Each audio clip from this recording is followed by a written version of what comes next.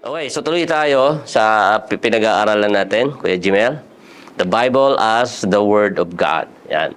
Diba, may tanong tayo last time na kung ano ba ang ano yung tama.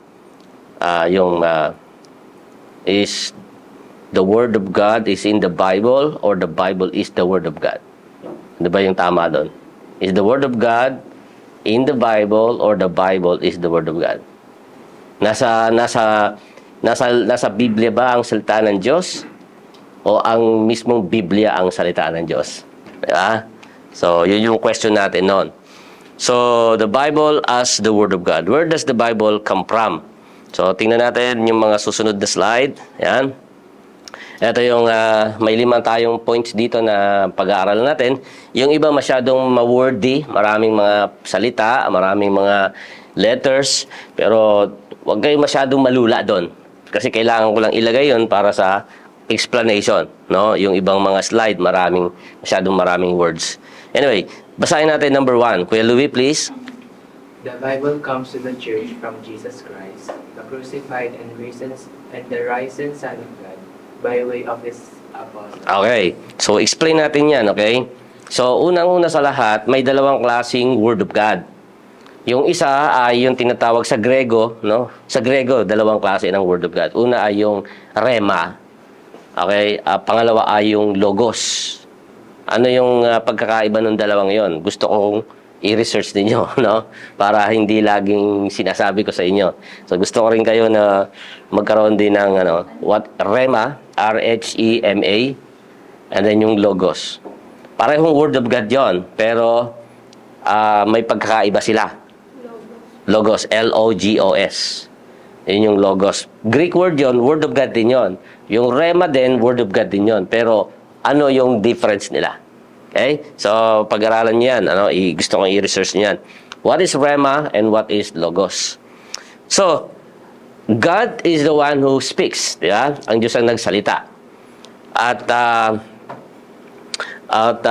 si Jesus Christ, siya yung tinatawag natin na berbo o salita ng Diyos. Tandaan natin yan. Si Jesus, sa John chapter 1 verse 1, no? John 1:1. Ang salita ay naging Diyos. Ang salita ay kasama na ng Diyos. Salita ay nagkatawang tao. Yeah? John chapter 1 verse 1. So si Jesus Christ yung Word of God na naging flesh. Okay? At nanahan sa atin, naging kasama natin, nabuhay sa mundo. Okay. Now, yung sa Old Testament ay pag ang Diyos ay nakikipag-usap sa mga tao, lalo na sa Israel, gumagamit siya ng mga propeta. Okay, so ang mga propeta ang mouthpiece ng Diyos. Ibig sabihin yung spokesperson. Sila yung representative ng Diyos sa tao. So yung mga prophets. So hindi direct na nakikipag-usap ang Diyos sa mga tao, no? Hindi niya kakausapin ng mga Israelites ng direktahan. Sa halip, tatawag siya ng tao. Like for example ni Moses, nila Isaiah, nila Jeremiah. Doon niya isasabihin yung message niya. Okay? Nakikipag-usap sa kanila. Para yung mga prophet na to, sila naman yung bababa sa tao and they will proclaim the message from God. Okay? So, ganun ang pakikipag-usap ng Diyos sa mga tao. Okay? Yun yung tinatawag natin na natural revelation ng Diyos. Pagdating ng New Testament, nagkaroon tayo ng tinatawag na divine revelation. What is divine revelation? Ito na yung through Jesus Christ. Okay? Hindi lang bang prophets ang nakikita nila, kundi mismo ang bodily form, the exact representation of God. Intindihan natin. Ulitin ko, in the Old Testament, hindi nila nakikita ang Diyos physically. God would speak to them through the prophet. Okay? Makikipag-usap ang Diyos sa kanila sa pamamagitan ng prophet. Hindi nila nakikita ang Diyos. Pero naririnig nila yung salita ng Diyos through the prophet. Okay? Pagdating ng New Testament, ibang usapan na to. Ito yung tinatawag na yung God Himself became flesh. He revealed Himself. So, nagkaroon ng physical form ang Diyos through the person of Jesus Christ. Yon. So, mula sa mula sa Diyos, patungo kay Kristo, yung kanyang mensahe, at yung mga mensahe ng Diyos sa buhay ni Kristo ay naipahayag sa mga apostol. Okay? Pinili ng Panginoong Kristo yung mga apostles, 'di ba? May 12 apostles, yung isa na nawala, 'di ba? Si Judas nagpakamatay siya, pero yung 11 disciple nagpatuloy, 11 apostles. Sila yung naging instrumento ng Diyos to proclaim the message of Jesus Christ. So God, Jesus Christ, and then apostles. Yung apostles na yon, yung 12 apostles na yon, sila yung nag-form ng early church. Okay? So from that early church, yung unang simbahan, unang iglesia, kasi yung salitang church sa Grego yun ay ekklesia, nang ibig sabihin ay mga tinawag. So ang church hindi yung building.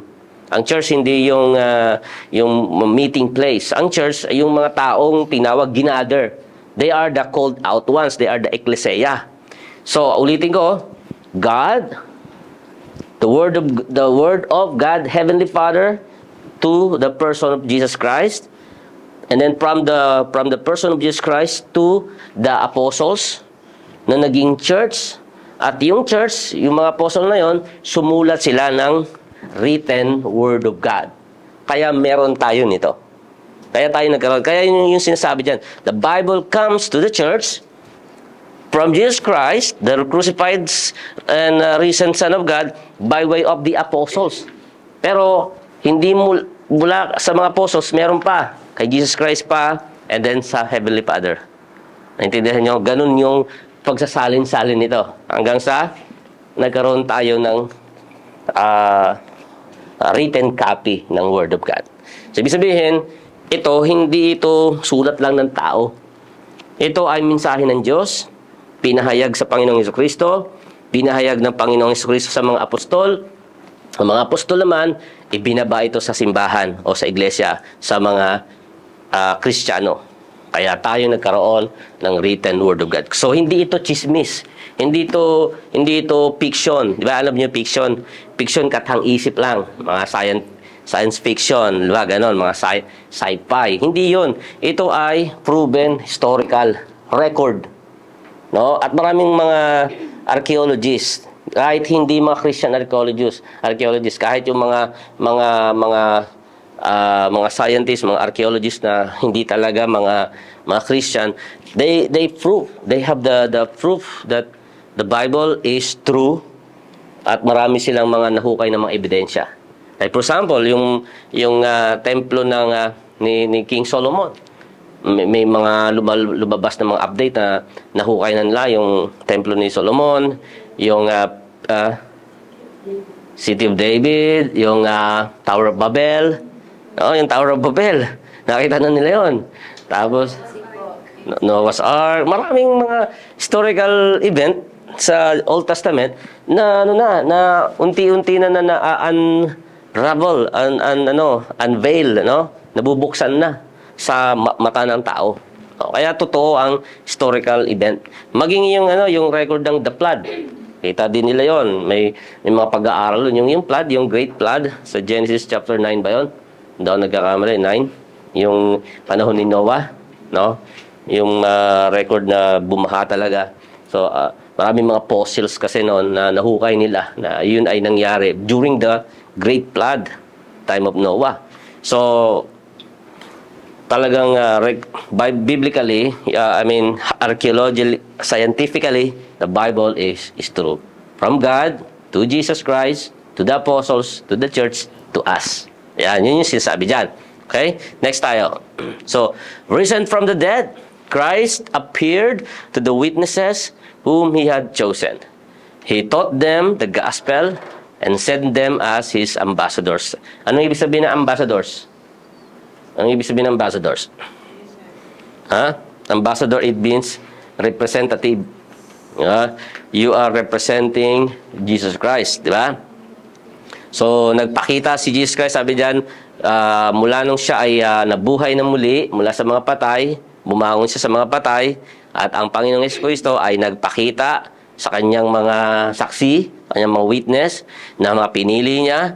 Tinuruan niya sila ng ebanghelyo at isinugo niya sila bilang kanyang mga ambassadors, bilang kanyang mga representative, to announce His victory to all nations. To announce His victory, hindi defeat.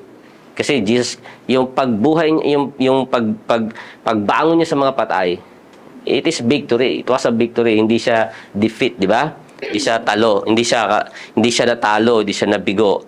Kundi siya po ay nagtagumpay. So, yan. Ambassadors tayo. And then, these messengers, yung mga apostles, kasi yung word ng messengers ay actually sent out one. Yung salitang apostle. Apostolos ang ibig sabihin nun. Apostolos, sa Grego yon, ang ibig sabihin nun ay sent out. Kaya yun ang ibig sabihin ng apostles. Sent out or messenger. Yan. So, yan ang tawag ng mga, yan ang ibig sabihin ng messenger. Apostles have a unique role in God's saving work. They were not just one group of teachers or preachers among others. Christ spoke in them. Makikita natin yan sa 2 Corinthians 13 verse 3. Sige, basahin natin. 2 Corinthians 13:3.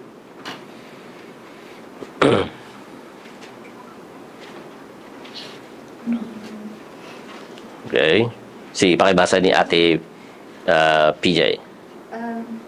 Verse 2 Corinthians 13 verse 3. Gagawin ko ito upang patunayan sa inyo si Kristo ay nagsasalita sa pamamagitan ko. Hindi siya mahina sa pakikitungo sa inyo, kundi makapangyarihan. Yan. Ano sabi dyan ni Pablo? Na si Kristo ay nagsasalita sa pamamagitan ko. Sino si Pablo? Isa siyang apostol. Yan. So, ang Diyos, ang Panginoong Kristo ay nagsasalita sa buhay ni Apostol Pablo. Kaya nung sinulat niya ang 2 Corinthians, ano yung mga sinulat ni Paul? Corinthians, Galatians, Ephesians, Romans, Ephesians, Philippians, Colossians, Thessalonians, Titus, Timothy, Philemon, ano pa? Yun lang, no? Kasi yung Hebrew, ano pa yun eh? Unknown ang Hebrews. Pero, eto, sasabihin ko sa inyo. Magugulat kayo. Okay? Ngayon, ngayon ko lang ito i-reveal sa inyo. Kayo lang. Kayo ang unang-unang makakaalam. Okay. Remember ba na? Namista ko dyan. Curious siya. Okay. Then, actually, hindi ko rin alam. Hindi ko rin alam. Marami, actually, kahit yung mga theologian ay divided. Ano? Sa kung sino ang sumunod sa Hebrew. Mahirap. Hirap talaga yan, no? Hebrew. Pero ano siya eh. Mahilig sa kape yung nagsulat nun eh. Nagtitimpla siya talaga. Gumagawa siya ng kape. Iyon lang ang kulo doon. Yun ang kulo. Marunong siyang gumawa ng kape. Hebrew. Di ba, bro? Hebrew? Hebrew? Hebrew? Okay. They were eyewitness of the Lord. 1 Corinthians chapter 2. Eyewitness. Anong ibig sabihin ng eyewitness? Nakita nila ng harapan. Eyewitness meaning they saw Jesus Christ physically in a bodily form. Yan yun, no? Eyewitness yan. Of the Lord. The message they proclaimed was not a human message, but the Word of God. 1 Thessalonians 2:13. Pakibasa? 1 Thessalonians 2:13. Bakit ang ganun ka? Hindi mo makita? Sabi nyo? Hindi nga, malabo ba? Sabi, kailangan mo na yata magsalamin, ha? Sabi niya, nagbo-beautiful eyes ka. Beautiful eyes. Okay. Unang Thessalonica 2:13. Sige. Sige, Kuya Josh. 1 Thessalonians 2:13. Yes, sir. And we also thank God continually because when you received the word of God, which you heard from us, you accepted it not as a human word, but as it actually is the word of God, which is indeed at work in you who believe. You believe. Who believe? Yan. Tama ba? Okay, yan. So, yun daw sinasabi ni Pablo, yung message niya, it is not a human message, but the Word of God Himself, Jesus Christ. Okay, tuloy tayo. Sige, kuya. Next. Yan, next. Number 2 tayo. The Bible comes to us from the Holy Spirit, poured out by the risen Christ from the Father. Alright? So, again, may part pa rin dyan ng Holy Spirit. Ayan. Okay? Picture natin lang yan. Number 2 na tayo eh. Musta biyahe nyo? Ayan. Mahirap ba sumakay pa uwi? Hindi naman. Maraming pasahero, no? Okay. Sige. The Bible comes to us. So, kagaya nga nung sinabi natin, no?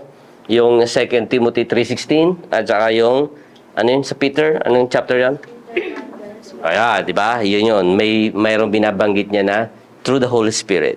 Yung mga tao, mga prophet, they spoke not by their own selves, but they spoke as they were carried along by the Holy Spirit. So, ang Bible ay napasa atin mula sa Banal na Espiritu na ibinuhos mismo ng ating Panginoong Hesukristo mula sa kanyang Ama, Father. Okay, continue. Ayan, the saving mission of the Holy Spirit is to what? Bear witness to the crucified and risen Christ. Okay. One of the important mission of the Holy Spirit, tandaan natin, actually, isa sa mga mission niya, maraming mission ng Holy Spirit eh. Isa sa mga mission niya ay to convict the world about its sin. Convict niya ang tayo sa ating mga kasalanan. And then secondly, ay to bear witness to the crucified and risen Christ. So, ang Holy Spirit ang nagpapatotoo sa patungkol sa Panginoong Jesucristo. Diba? Gathering and sanctifying the church through word and sacrament. So, isa rin sa trabaho ng Holy Spirit ay to sanctify the believers. Ano yung ibig sabihin ng sanctify? Naalala niyo yung word na sanctify? Ibig sabihin nun, from sanctification, di ba? Ibig sabihin, ay pinagiging banal tayo ng Banal Espiritu. Every day, di ba? Hindi tayo perfect, hindi tayo banal, pero yun yung work ng Holy Spirit sa atin. Okay? So, imagine without the Holy Spirit, no? Without the control of the Holy Spirit, no? Baka ang tayong mga ay pwede nating gawin kung ano yung gusto natin. Walang control, walang guidance sa Holy Spirit, wala tayong tao sa Holy Spirit. No, magagawa natin ang gusto natin. Pero because of the Holy Spirit, magagawa nating paglabaanan, no, yung ating yung kasalanan, di ba? Through the Holy Spirit. Yan 'yon. So sanctifying the church through word and sacrament. The Spirit was promised and poured out on the apostles. Acts chapter 2 'yon, nangyari, di ba? Ibinuhos ng Espiritu Santo ang kanyang kapangyarihan at ang kanyang presensya sa mga tao, no? Sa Acts 2. Intertwining His mission with their mission and with the mission of the church, which receives and hands on the apostolic gospel. So, yung mga tao, mayroon silang mission, yung mga disciple, ano yung mission nila? To proclaim the gospel of Jesus Christ. At yun ay binasbasan ng Holy Spirit, na empowered sila. So, may mission na sila, may mission din ng Holy Spirit, nagtugma yun, no? When the Holy Spirit was poured out to them. Kaya nung lumabas sila, nagpahayag sila ng mensahe, ng salita ng Diyos, Kingdom of God, salvation, forgiveness, repentance, lahat ng yon ay naging epektibo kasi iisa yung mission nila. Mission ng Holy Spirit, mission din nila bilang mga lingkod ng Diyos. Okay? Next, kutito na. Because Scripture is inspired, according... Mulan? Oo. Because Scripture is inspired, pakibasa natin. Si Ate Alex, pakibasa. Because the Scripture is inspired or breathed out by God, it is not only a normative pattern, but also the life instrument of the Spirit for justifying and sanctifying the church and its members. Scripture is? Scripture is those profitable for teaching, for reproof, for correction, and for training in righteousness, so that the man of God may be completely equipped for every good work. Yan. Yung memorize nyo, memory verse nyo, di ba? 2 Timothy 3:16. Yan. Scripture is inspired. Okay, breath. Once you say breath, meaning binigyan ng buhay ang salita ng Diyos. Kaya nga, may nagpatotoo nga eh.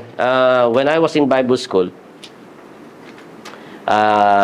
isa sa mga parang kuya-kuya namin sa Bible school. Kasi sa Bible school, ano yun eh, may mga freshmen, first year, second year, third year, fourth year.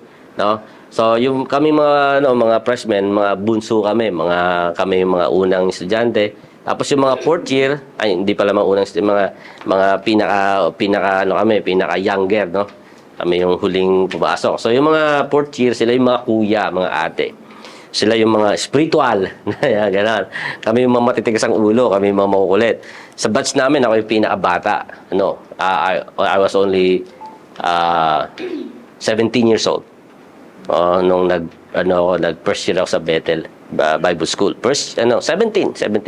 So, newly graduate from high school.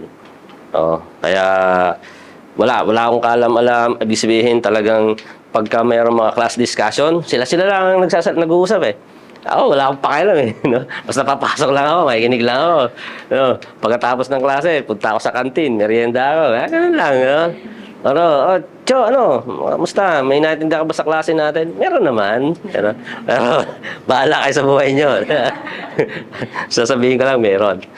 Tapos, may mga nagte-testimony, mga kuya-kuya sa Bible School. Pag nagbabasa raw sila, nung una, hindi ko magets eh. No? Hindi ko maget. No? Sabi nila, may time daw na binabasa niya yung Word of God. Tapos daw, yung mga letra daw ng salita ng Diyos, yung mga letra ng Bible, yung binabasa niya yung Matthew, for example, or let's say, kuha tayo ng ibang verse dito. Sabi dito, yan, punta tayo sa Ephesians.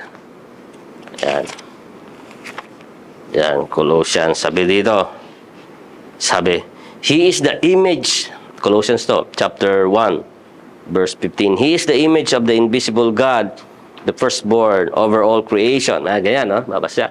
Ang pagka nagte-testimony siya, sinasabi niya na, yung mga letra daw ng Bible, tumatalon.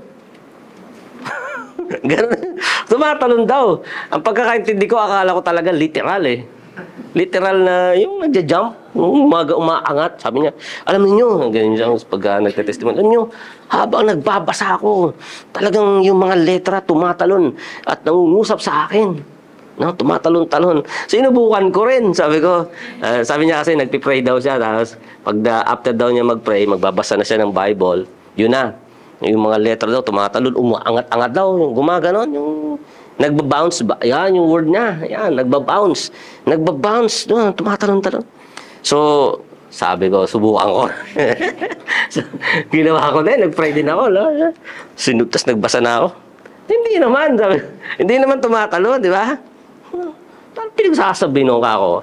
Ginogoyo ako na hindi naman tumatalon yung mga letra.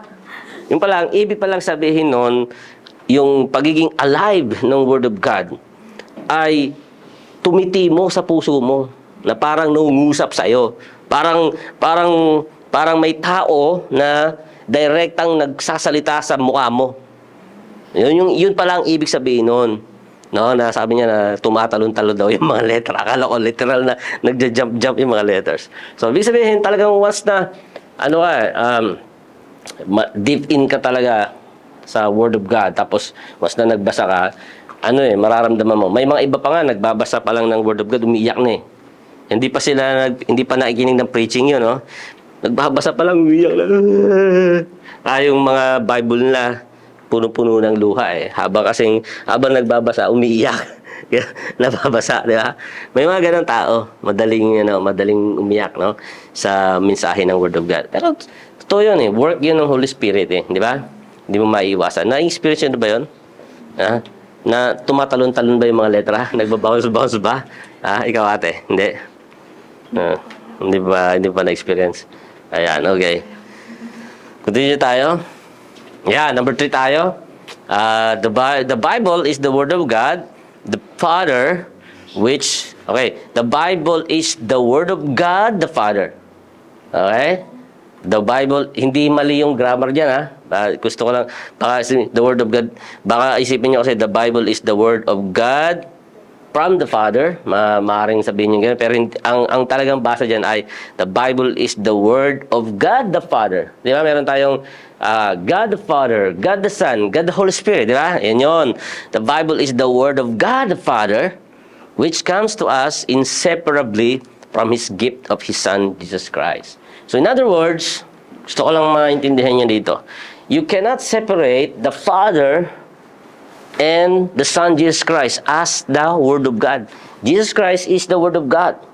And Jesus Christ is part of the Father. The Word of God is part of the Father. You cannot separate them. Yan ang ibig sabihin nun. The Bible is the Word of God the Father, which comes to us inseparably. Hindi sila pwedeng mapaghiwalay.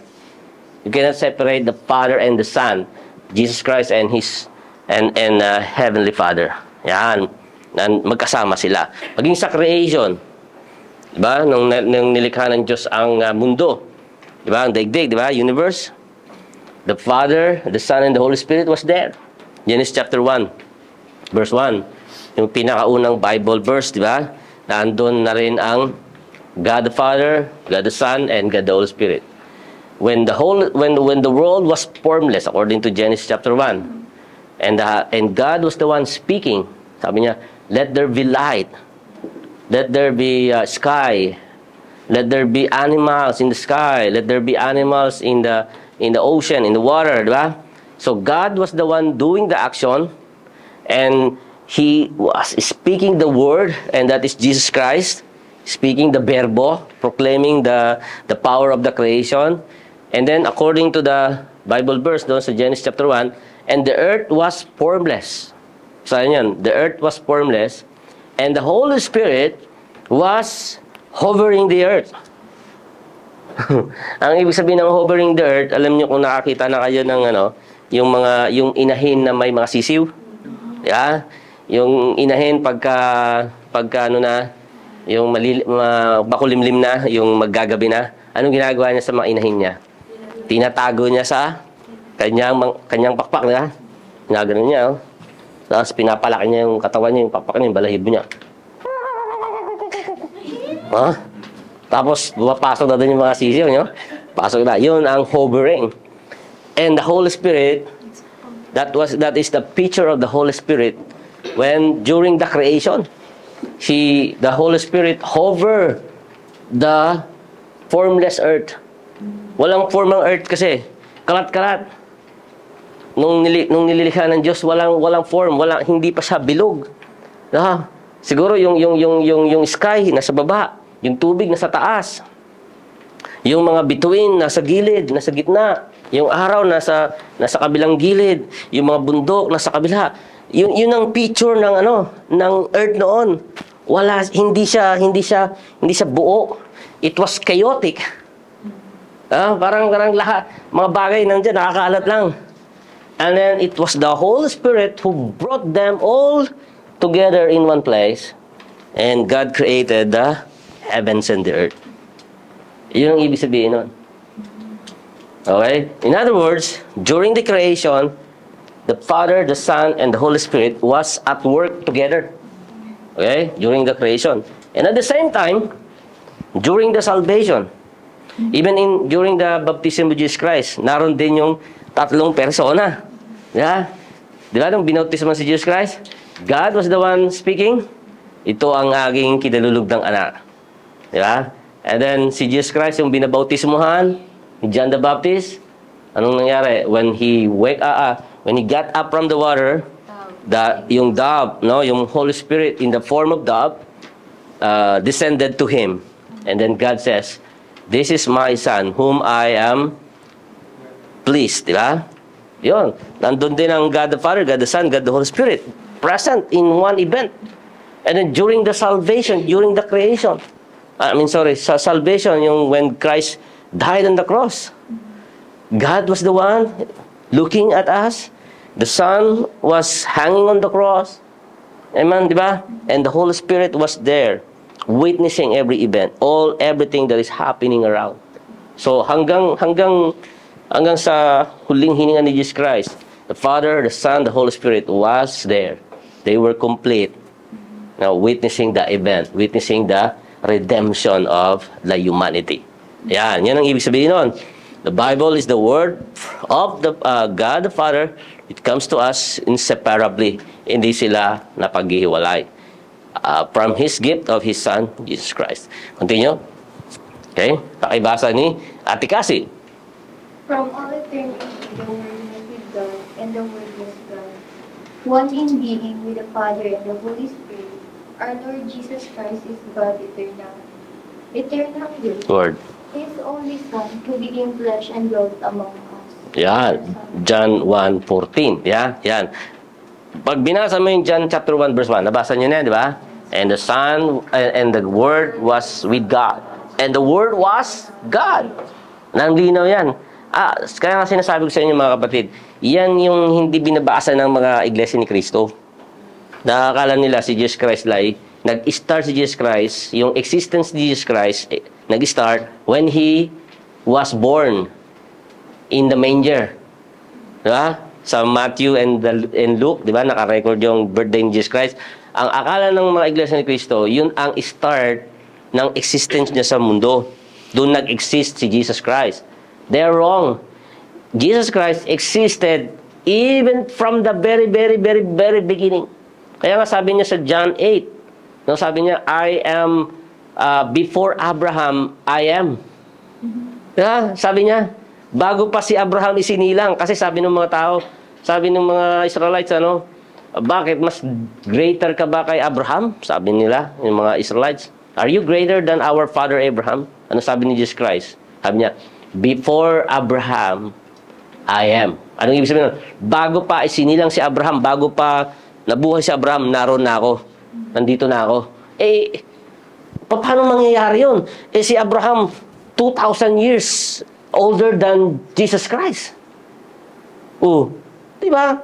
Kasi yung Old Testament, na isulat, ay nangyari ang Old Testament, 2,000 taon ang pagitan ng Old Testament bago ipinanganak si Jesus Christ Pero sinasabi ni Jesus Christ, mas nauna pa ako kay Abraham.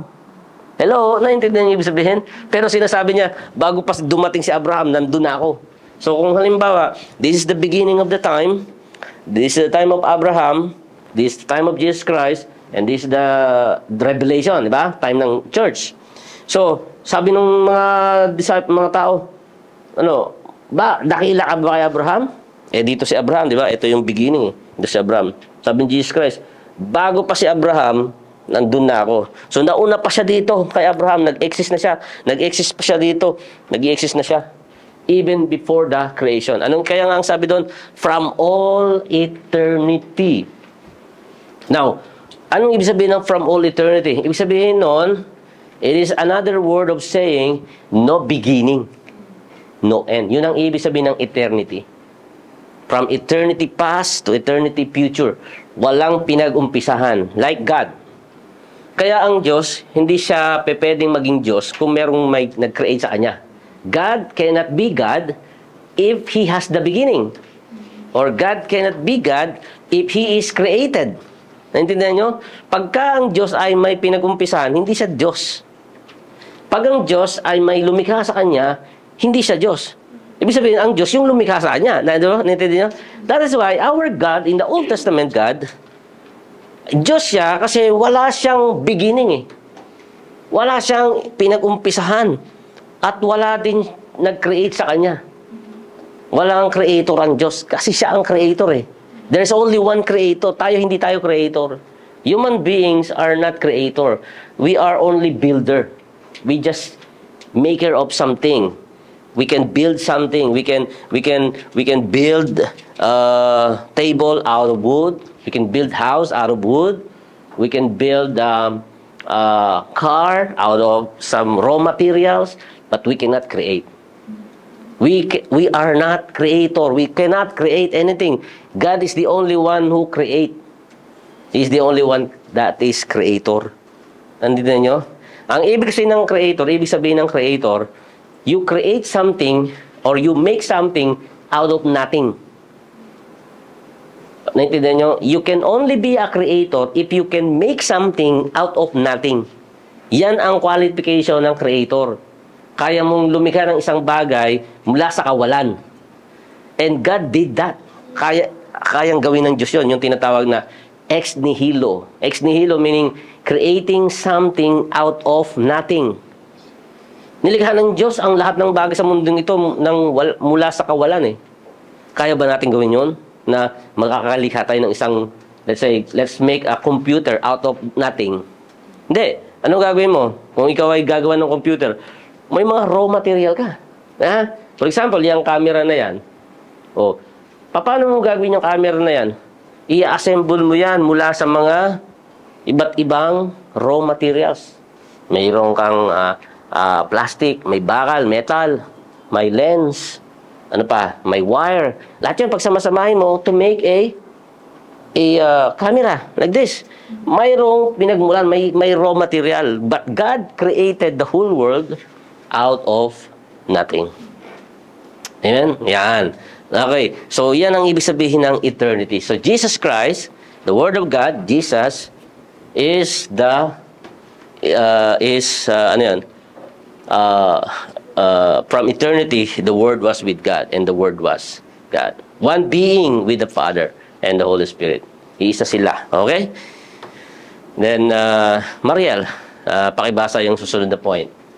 The Word made flesh and breathed Give. of the Father to his last human creator. For God so loved the world that he gave his only Son, that whoever believes in him should not perish but have eternal life. Yeah. Yan. Kabisado niya, di ba? John 3:16, kabisado niyo ba yan? Baka pag yan, hindi niyo pa kabisado, ewan ko na lang, no? Balik na kayo sa grade 1 yan. Naging. Okay, next slide, Kuya Jimel. Okay, the Father does not send His Son and Word anonymously. We are meant to behold His glory, John 1:14. Therefore, the Word made flesh comes from the Father, announced and accompanied by words, witness, and testimony. Okay, next, Christ the Word and the words which makes Him known are inseparable from one another. They come together from God the Father in the power of Spirit of our salvation. All right, for our salvation. Next slide. The Bible, therefore, is the Word of God. It's the Word of God written. Yan. The Bible makes known the gift of the Word of God incarnate. Ano yung ibig sabihin ng incarnate? Laging flesh. Incarnation. Yan yung galing yung salitang Latin. Ibig sabihin ng Latin, yung word natin na karne. Yung Tagalog na word na karne. Yes. Hindi, totoo yan. Karne, meaning flesh or meat. Kaya nga mayroon tayong karne. Yung karne natin, yung meat, yung baboy, yung pork, di ba? Karne yan. Latin word yun. Borrowed from the Latin word. Diyan galing yung word na incarnate. Ibig sabihin nun, incarnate, become flesh. Naging laman. Naging tao. Yan ang ibig sabihin nun. Okay? Yan yung incarnation. Naging tao ang salita ng Diyos. Naging laman. Nagkaroon ng laman ang salita ng Diyos. Grabe, di ba? Imagine mo, parang alien, di ba? Oo. Di ba? Nagkaroon ng laman yung Word of God. Parang kala mo sa movie nyo lang napapanood yan eh. Mga ganyan, di ba? Pero actually, totoo yan. No? Totoo na nangyari na yung salita ay nagkaroon ng laman. Word of God become flesh, become human, so that the world may believe in Him and have eternal life. Now, tanong sa inyo, ito theology na ito eh. Medyo malalim-lalim na natin. Lumalalim-lalim na tayo. Kung mapapansin ninyo, yung mga una nating mga lesson, parang basic lang, konti lang, inaalalayan ko pa lang kayo. Pero, meron din akong ini-insert sa inyo ng mga konting mga theology. Kagaya nito. Yan. Eternal life, eternity, God the Father, God the Son, God the Holy Spirit. Iisa sila. The Word of God became flesh. Yan, theology na yan eh. Yan, theology na yan. Now, ang tanong, in regards to our salvation, makapangyarihan ng Diyos. Tama? Okay. Kaya ba niyang iligtas tayo sa ating mga kasalanan? Kaya. Kaya niya tayong patawarin. Kaya, di ba? Kahit wala ang sacrifice ni Jesus Christ sa cross. Tama? Tama, pwede. Kaya ba ng Diyos na mag-utos ng mga angels niya bumaba sa lupa para sabihin sa mga tao na isa-isa tayo, isa-isahin tayo. Isa-isahin tayo. Kasi million-million din, billion-billion din ang angels sa langit. Bababa sila. They will proclaim that God loves us, may salvation, may langit, may heaven. Kaya bang gawin ng Diyos yun? Kaya. Kaya bang gumawa ng Diyos ng isang malaking megaphone? Yung megaphone. Hello, mga kapatid, meron tayong ayuda. Diba? Pumila na kayo. Ang mahuli, may tayo sa pet. Diba? Megaphone. Kaya ba yun? Kaya ng Diyos yun? Kaya. So, ibig sabihin, kung kaya ng Diyos ang lahat ng yon, hindi niya kailangang isugo si Jesus Christ sa cross. Hindi niya na kailangang isend si Jesus Christ sa lupa para magsakripisyo ng buhay sa krus ng Kalbaryo. Tama, mali? Tama. Eh, bakit ginawa niya pa rin yun? Ha? Yun ang tanong nun. Bakit kinakailangan pa rin mamatay si Jesus Christ sa cross?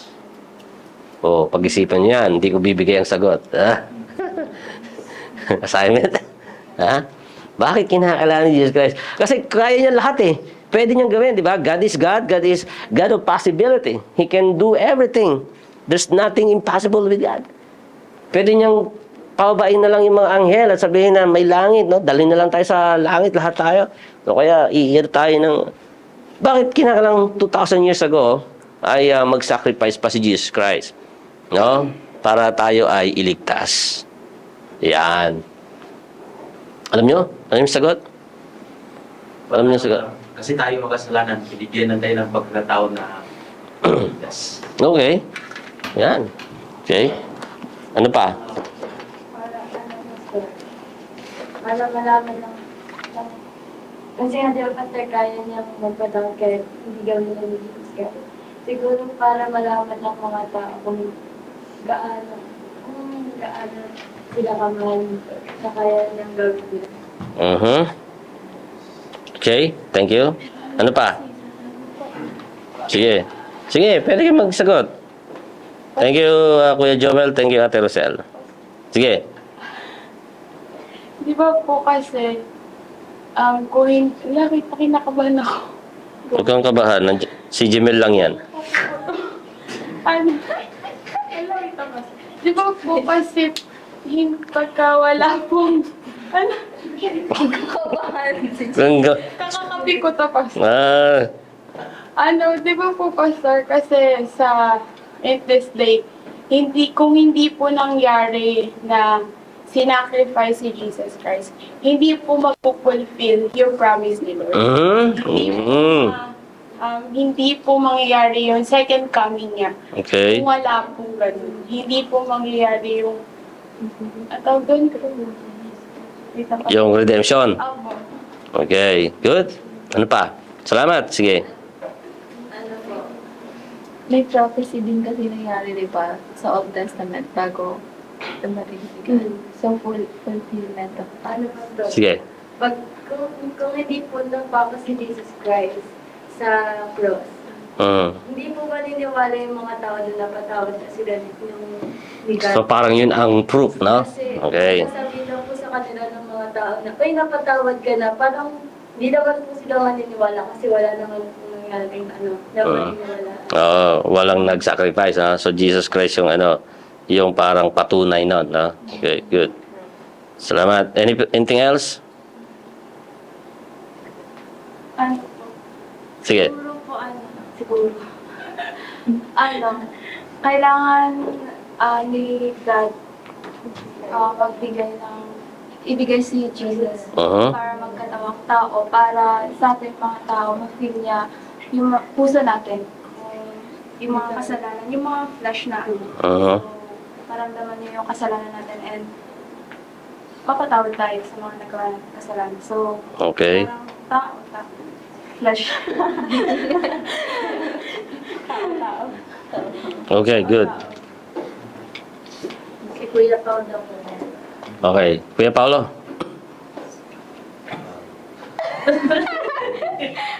Jesus Christ lang po yung kaya magbira ng lahat ng kasalanan ng tao. Yun. Okay. Sige. Yan, thank you. Okay, good. Okay, bigay ko sa inyo. Una, Genesis chapter 1. Okay. Para makikita nyo, from the very beginning of the book, yung pinakaunang Bible sa Bible, unang book sa Bible pala, at saka sa huling book sa Bible, nandun ang sagot. Okay. Sayin natin Genesis chapter 1, verse 1. Okay. Yan. Sige, sinong babasa? Yan. Okay, good. Now, sa English yan ay in the beginning. Hindi in the beginning, ha? Okay. In the beginning. Okay. Now, yung word na in the beginning, yung phrase lang na yon, in the beginning. Sa Hebrew, hindi ganyan ang pagkakabasa niyan, hindi from left to right, hindi ganon. Naintindihan nyo? Sa Hebrew kasi ito yung Old Testament Hebrew yan hindi naman yan Greek So tayo pag nagbabasa tayo sa English at sa Tagalog, from left to right, di ba? In the beginning. Okay? Sa Hebrew Bible, yung word na in the beginning, from right to left. At pag binasa mo yan, from right to left, ang pagbasahin mo yan sa Hebrew, original Hebrew ay Bereshit. Bereshit. Ang ibig sabihin ng Bereshit, pag binasa mo kasi yon, bawat letra, bar, example, Son of God yon. Tapos, Bet, house, hanggang sa dulo. So, hindi ko na isa-isahin yung lahat ng letra ng in the beginning, pero may letters yon na may equivalent yon sa Hebrew, na pagka binasa mo yon, yung bawat letra na yon, ang ibig sabihin nun ay the Son of God that was slain on the cross. Yun ang ibig sabihin nun. Ibig sabihin, even from the Old Testament, from the very beginning of the Bible, na iprophesy na si Jesus Christ ay mamamatay sa cross. Yung Son of God will be hung on the tree. Yan ang ibig sabihin ng Bereshit. Okay? Now, basahin ninyo naman yung Revelation chapter 13, verse 8. Okay? 13? Pero, pag kung meron kayong YouTube, pwede nyo basahin ito, panoorin ito. Ito. Secret. Itong first word, pure foods, no? Ito. Yan. In the beginning. That is the first word in the Torah. Okay. But that word cannot be taken lightly. It's like the seed that has all the future hidden code within it. Pakinggan mo na. The more you go to the source, the more depth you will find. So let's dive right into this word, Bereshit, which means in the beginning. But if you spell it out differently, you'll also have the word Aleph, Tishrei, which is Rosh Hashanah, the first day of Tishrei. Because on that day... Siyempre, mahaba to. I-ano ko lang ito. After all, God created the world for us to give to us. Aleph is also the numerical value of... may mga equivalent ng bawat letra. Numerical value of May numerical value. The first letter is 2.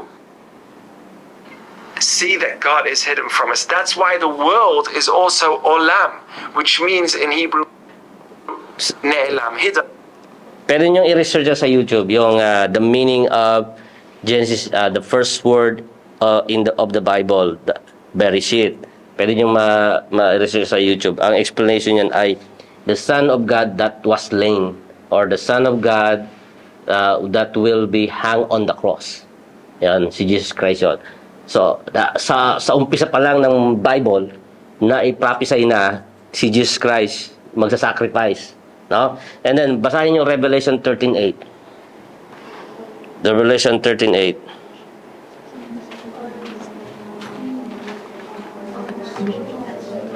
Sige. Anong sabi dyan?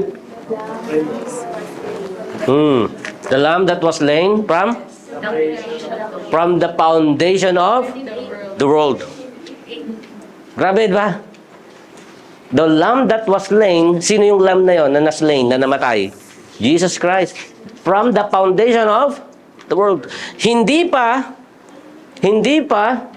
Nililikha ng Diyos ang mundo, wala pang heavens and the earth, wala pa si Adan at si Eva, may slain na lamb.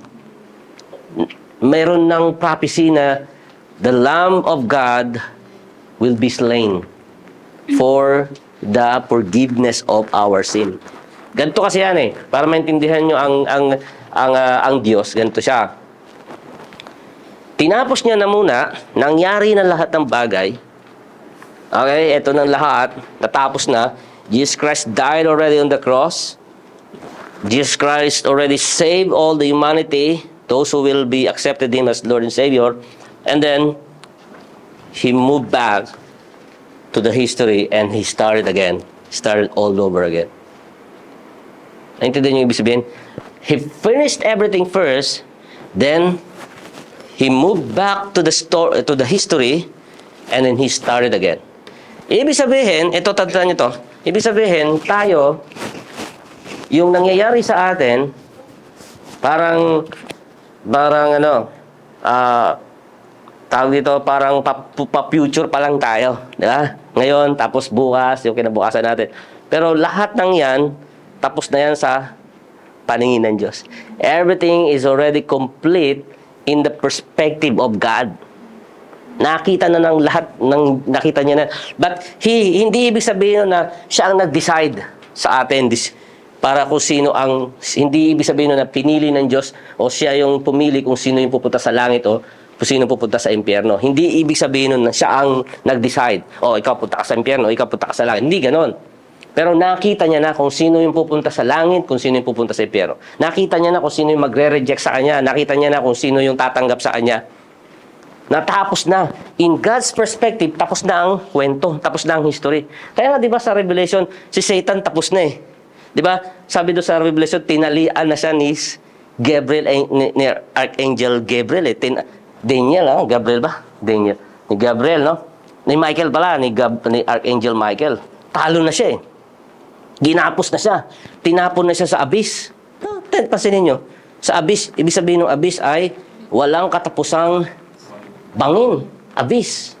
Ando na si Satan. So sa perspective ng Diyos, tapos na ang kwento. Nasa langit na tayong lahat actually. Pero sa atin, sa perspective ng tao, ang kwento nag-uumpisa pa lang tayo. Parang nangyayari pa lang. Kaya pansinin niyo yung kwento, yung story. In the beginning, the Lamb, the Son of God, will be hung on the cross. Genesis chapter 1, verse 1. The beginning, in the beginning, ibig sabihin nun, Bereshit. Sa Revelation, ganito yung sinasabi. Kasi tapos na sa Diyos eh. Naisulat na, nangyari na. So tayo, we are just accomplishing what has already been completed in the eyes of God. Tapos na ang kwento eh. Sa paningin ng Diyos, nasa langit na nga tayo actually. Pero, nangyayari pa lang sa atin ito. Kasi nga, mas advanced ang Diyos eh. Kaya yung time natin at yung time ng Diyos, magkaiba. Hindi, at yung perspective natin ay hindi rin perspective ng Diyos. Ngayon, ayoko nga kayo turuan ng mga ganyan eh. Kasi malalim na yan. Baka mamaya malula na kayo, di ba? Pero you have to understand that. Pag malalim ang inyong theology sa Panginoon, malalim ang pagkakaintindi nyo sa Biblia, walang problemang magpapatigil sa inyo sa paglilingkod sa Panginoon. Walang sakit na magpapaayaw kayo sa inyo sa Panginoon. Walang pagsubok na makakatigil sa inyo sa Panginoon. Pagka alam ninyo ang salita ng Diyos. Totoo yan. Kaya yung mga madaling maligaw ng landas, madaling mapaniwala ng mga post-teaching, mga ganon, hindi nagbabasa ng Biblia yun. Oo. Yung kaya nga sabi sa inyo, naniwala kay Buloy, naniwala kay Ed Lapis, mga mga hindi nag-aral ng Biblia yun. Kasi pag inaral mo talaga ang Biblia kasi hindi siya word for word eh. Hindi mo siya iintindihin na salita lang, hindi. May ano yan eh, may ibig sabihin yan eh. May meaning behind every word, every story, every parable, every prophecy. May meaning yan. Kaya nga yung word na akala mo in the beginning, akala mo simpleng word lang yun, di ba? Genesis chapter 1 verse 1, in the beginning. Pag binasa mo, wala to. Sa umpisa lang to. Sa pagsimula, ha? Pero, as aralin mo, doon pa lang sinasabi na ng Diyos sa atin na ipinagkaloob niya na ang salvation sa atin.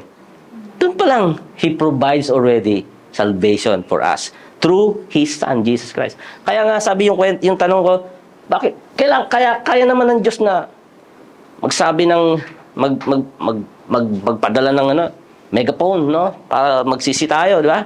Pero bakit hindi yun ang gagawin? Kasi, eto na yung provision ng Lord eh. Sa umpisa pa lamang, ang talagang provision ng Lord for our salvation is the death of His Son, Jesus Christ. Kaya kahit anong option pang isipin natin para gawin ng Diyos, hindi na yun, doesn't matter. Kasi ang provision ng Lord ang dapat na mangyari. Kung ano yung paraan na gusto niya. At ang paraan niya ay yung kamatayan ng kanyang anak. Yun ang paraan ng Diyos. Hindi paraan natin, paraan ng Diyos. Amen? Alright.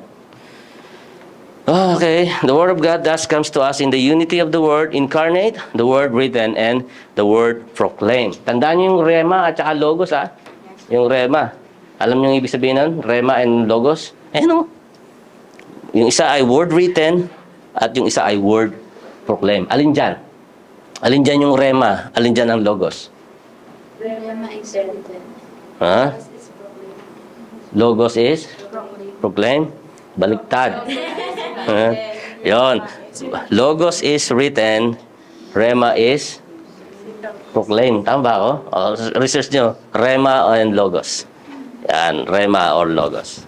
Alin dyan yung proclaim, alin dyan yung ano. Yan. Okay. Continue. Okay. Sorry, ha. The Bible comes to us from a human history governed and directed towards Christ by the providence of God. Bilisan na natin kasi 9:30 na, 9:20. Okay, the Bible comes to us from human history, governed and directed towards Christ by the providence of God. Next. The Bible as the Word of God, written, is also a human historical book. Its text composed at various times and places in several different human languages by human writers with their own gifts and limitation who were addressing a variety of particular situation. Next. To say that the Bible comes to us from history is not to say that it comes from a secular or worldly realm which must be explained without reference to God. All human history is embraced by God's plan for the fullness of time to unite all things in Him. Ephesians 1:10. Okay, throughout the long history of the Bible's origination, God had Christ in view and His Spirit worked with human authors to produce texts which not only spoke to their own times but looked in different ways toward Jesus Christ and the fullness of time. Binibilisan ko na kasi ayoko kayong gabihin, no? Malayo-layo pang bahay ninyo at ayoko kayo matraffic. Okay, let's continue. The Holy Spirit worked with the human... pabasahin natin si Ella. Ella, pakibasa. Yan. The Holy Spirit worked with the human authors of Scripture, waving their purposes into His own, so that their human words bear witness to Christ in ways that reveal not only their own minds, but the mind of God, who was intent on Christ from the beginning. Yan. Okay, good. Let's continue. Okay, next naman si Kuya Luigi. God rules over His creatures without suppressing or canceling the powers He has given them. In the same way, nothing human or historical is suppressed or overridden in the Spirit's preparation of the text of Scripture. On the contrary, the Spirit has incorporated into His own testimony the characteristics of the biblical languages, the outlook and style of the human authors, and a wide range of literary genres and techniques. Dami, no? Daming words. Minsan yung iba dyan, di nyo na maintindihan. Pero okay lang, basahin na lang natin.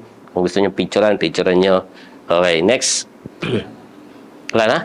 Pampira! Sabi ko, dagdagan eh. Alright, yan. Okay. So, nakita nyo na kung ano yung difference between Rema and Logos? Ano yung... Rema is proclaimed. Rema is proclaimed. And Logos is written. Yan. Pero parehong Word of God yun. Magkaiba lang sila ng deliberation. Rema, proclaim. So like preaching. No? When I preach, that is a rhema. When you preach, rhema.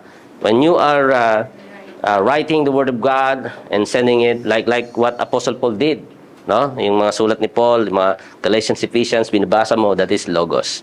But the same Word of God, the same effect. Same effect. No?